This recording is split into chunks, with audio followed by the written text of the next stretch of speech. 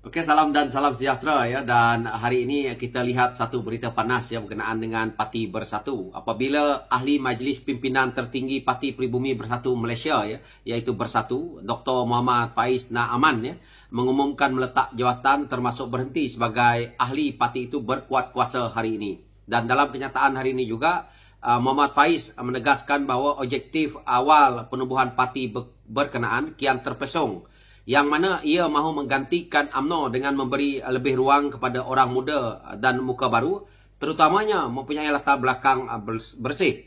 Keputusan kepimpinan parti yang sering mengabaikan suara akar umbi, para pengasas awal dan teguran jentera bawahan menyebabkan Bersatu telah mengalami kekalahan dalam pilihan raya negeri PRN Melaka dan PRN Johor sebelum ini. Sejarah ini juga dilihat bakal berulang pada PRN 6 buah negeri, terutamanya untuk kerusi-kerusi Bersatu dalam PRN Selangor sekarang. Ini yang beliau tulis ya dalam laman Facebook beliau. Apa yang saya lihat di sini, yang mana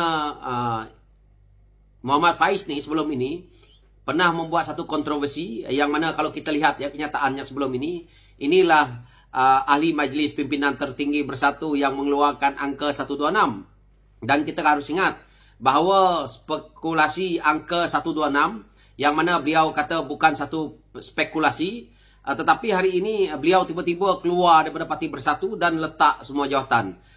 Di sini dia kata sebelum itu ya, iaitu apabila angka 126 itu, kita masih ingat yang mana dia kata kerajaan perpaduan dikatakan sudah mengetahui gerakan bagi menumbangkan kerajaan. Yang mana di sini beliau turut memberi bayangan gerakan itu bukan sahaja spekulasi dan mungkin akan berlaku. Saya kira angka ini adalah signifikan sehingga ramai cyber trooper pro kerajaan meroyan di laman Facebook saya. Saya fikir pihak sebelah sana kerajaan perpaduan pun tahu sebenarnya.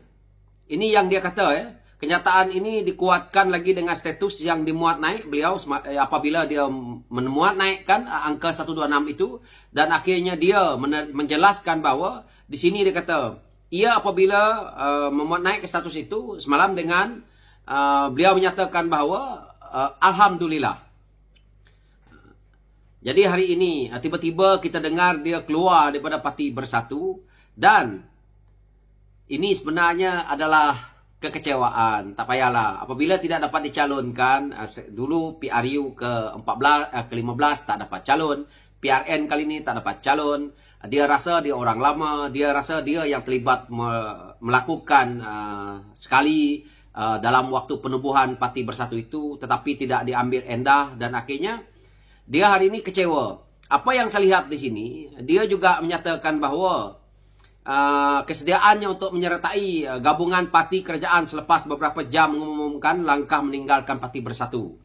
Dia juga antara watak yang terawal dalam penubuhan Parti Bersatu. Jika PKR dilihat banyak memilih persamaan dengan dasar yang diperjuangkan. Dan di sini Faiz kata dia terbuka kepada sebarang pelawaan untuk menyertai PKR sementara memang menghormati kewujudan parti tersebut. Sebab prinsip-prinsip perjuangan yang ada kena-mengena dengan saya, banyak yang kena sesuai. Jadi saya terbukalah kepada PKR. Andai kata mereka dapat lihat saya sebagai aset. Saya pun macam ada agenda yang lebih kurang sama dengan PKR untuk negara dan memulihkan ekonomi negara semua ini. Tak payah nak berangan lah Muhammad Faiz. Boleh Muhammad Faiz masuk dalam parti PKR, Parti Keadilan Rakyat, tapi jadi ahli lah. Jangan berangan terus nak jadi pemimpin ya.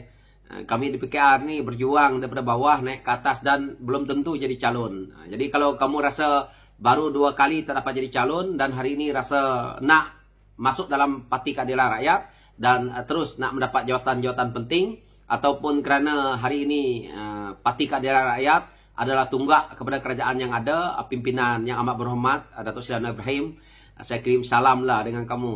Jangan kamu fikir sebelum ini kamu keluar ke kenyataan dan kamu hari ini sesenang-senangnya nak masuk ke dalam parti. Saya tak tahulah parti lain nak ambil lah. Tetapi saya berharap komponen yang berada dalam Pakatan Harapan ni jangan ambil orang bernama Muhammad Faiz ni. Dan saya juga merasakan bahawa orang seperti ini tidak baik untuk kepimpinan akan datang bagi parti seperti Parti Keadilan Rakyat. Kerana kita perlu anak-anak muda yang mempunyai integriti, yang mempunyai hala tuju perjuangan yang jelas. Bukan sekejap keluar kenyataan macam ni, lepas tu membelakangi parti, lepas tu kecewa. 1000 kali pun Muhammad Faiz kata dia tak kecewa, saya kata dia kecewa. Dia sebenarnya sekarang ni kecewa. Kecewa dengan apa yang telah pun dilihat, bahawa Rina Harun telah pun dicalonkan sebagai calon. Di sinilah dia mula merasa bahawa dia sepatutnya diberi ruang. Apa yang saya lihat di laman Facebook beliau, sebenarnya kekecewaan ini. Sebab orang yang sepatutnya tidak daripada parti yang asal, yang mana kenyataan dia berbunyi, yang bukan ahli bersatu dari asal, bukan penggerak dan pengasas awal, serta tidak pernah jadi wakil pendaftar, turun bawah cari ahli bersama akar umbi. Tidak perlulah nak lebih-lebih tunjuk hero dalam Facebook saya, okey? Ini bermaksud dia kecewa lah. Dan pada saya, di sini dia juga kata merajuk tak jadi calon. Dulu waktu PRU ke-14, zaman Aura Tun Dr. Mahathir lawan bosku Bersatu Tengah Popular pun saya tak dipertandingkan, tak merajuk pun, walaupun saya AMPT awal waktu itu, tapi bantu parti. Ini hal lebih fundamental dari itu, kata beliau lah. Itu terpulang kepada Muhammad Faiz, tetapi saya rasa kalau dia nak masuk ke politik ini, carilah parti lain. Dan saya pun dah lihat semasa beliau berada dalam parti Bersatu ni, banyak kenyataan-kenyataan yang seperti angka 126 inilah yang dia keluarkan. Jadi sebelum Faiz nak masuk dalam parti yang berada dalam kerajaan ni, baik Muhammad Faiz jelaskan angka 126 tu dulu. Dari mana kamu dapat angka 126 dan siapa yang bagi solusi ini ataupun andaian kamu. Sekarang ni dia dah terjerat, dia menjerat diri dia sendiri. Dia dah letak jawatan, dia dah pun umum keluar parti Bersatu, maka dia kena transparan lah. Dan di sini dia telah pun mengakui satu perkara, ya, bahawa parti Bersatu itu nak mengambil alih parti UMNO. Ini dia kena jelaskan kepada kepimpinan UMNO. Jadi nampak di sini bahawa parti Bersatu ini sudah mempunyai agenda yang jahat. Ini adalah orang yang awal menubuhkan penubuhan parti Bersatu itu.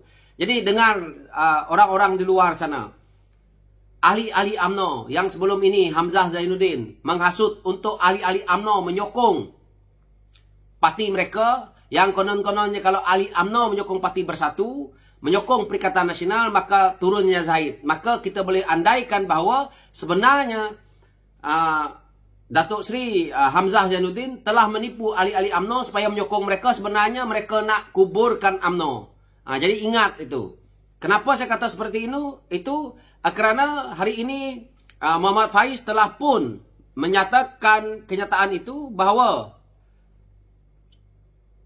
awal penubuhan parti kian terpesong, yang mana ia mahu menggantikan UMNO dengan memberi ruang kepada orang muda muka baru, terutamanya mempunyai latar belakang bersih. Itu jelas.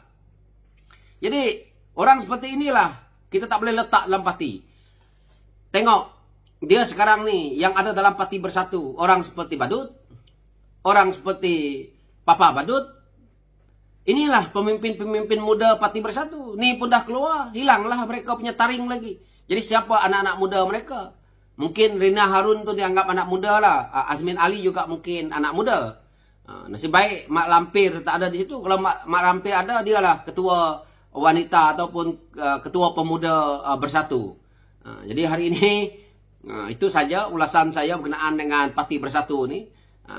Padan muka mereka dan satu persatu anak-anak muda meninggalkan parti mereka ini kerana arah perjuangan parti itu sebenarnya tak ada hala tuju.